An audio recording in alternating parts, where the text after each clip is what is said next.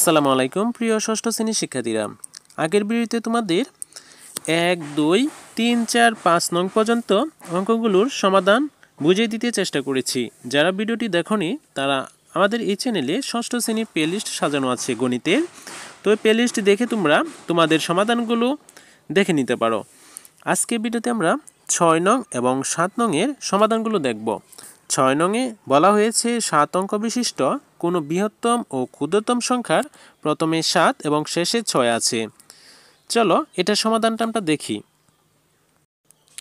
শিক্ষার্থীরা, 7 অঙ্কের অঙ্ক বিশিষ্ট কোনো বৃহত্তম ক্ষুদ্রতম সংখ্যার প্রথমে 7 এবং শেষে 6 আছে। এটা সমাধান করতে পারি আমরা এভাবে। 1 অঙ্কের বৃহত্তম সংখ্যা 9 আমরা জানি। অঙ্কপাতনের যে কোনো অবস্থানে 9 এর স্থানীয় মান বৃহত্তম হবে। সুতরাং 7টি 9 এর পর পর লিখলে 7 অঙ্কের বৃহত্তম সংখ্যা পাওয়া যাবে। কিন্তু প্রথমে 7 এবং শেষে 6 বিশিষ্ট 7 অঙ্কের বৃহত্তম সংখ্যা হবে প্রথমে 7, বামে 7 এবং ডানে সবার লাস্টে 6 লেখা হয়েছে, আর মাঝখানে সবগুলো 9 লিখে হয়েছে। আবার ক্ষুদ্রতম অঙ্কগুলো হলো 0। 0 এর পর পর 7টি 0 লিখলে কোনো সংখ্যা প্রকাশ করায় না বা পাওয়া যায় না। সুতরাং সর্ববামে সার্থক অঙ্ক 1 লিখে ডানে পরপর 6টি 0 বসালে ক্ষুদ্রতম সংখ্যা পাওয়া যাবে। কারণ আমরা যদি 7টি 0 বসাই আমরা এটা গণনা করতে পারবো না।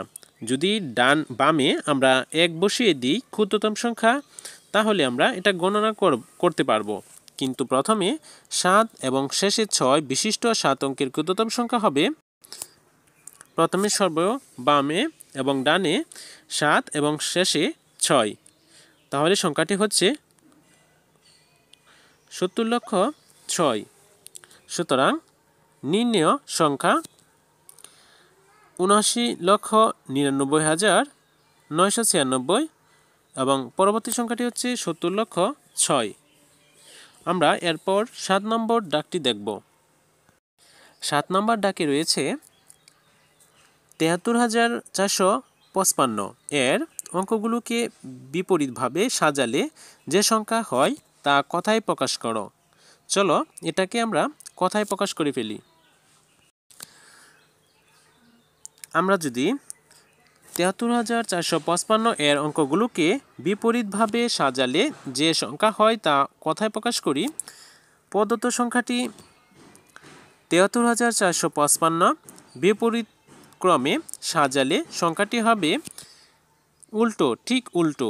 এই সংখ্যাগুলো সামনে চলে আসবে এবং ওই সংখ্যাগুলো পিছনে চলে আসবে। তো এখানে হয় 55,437। সুতরাং এটাকে যদি আমরা কথায় লিখি তাহলে কথায় প্রকাশ করলে সংখ্যাটি হবে 55,437। এটাই হচ্ছে 7 নম্বর অঙ্কের সমাধান।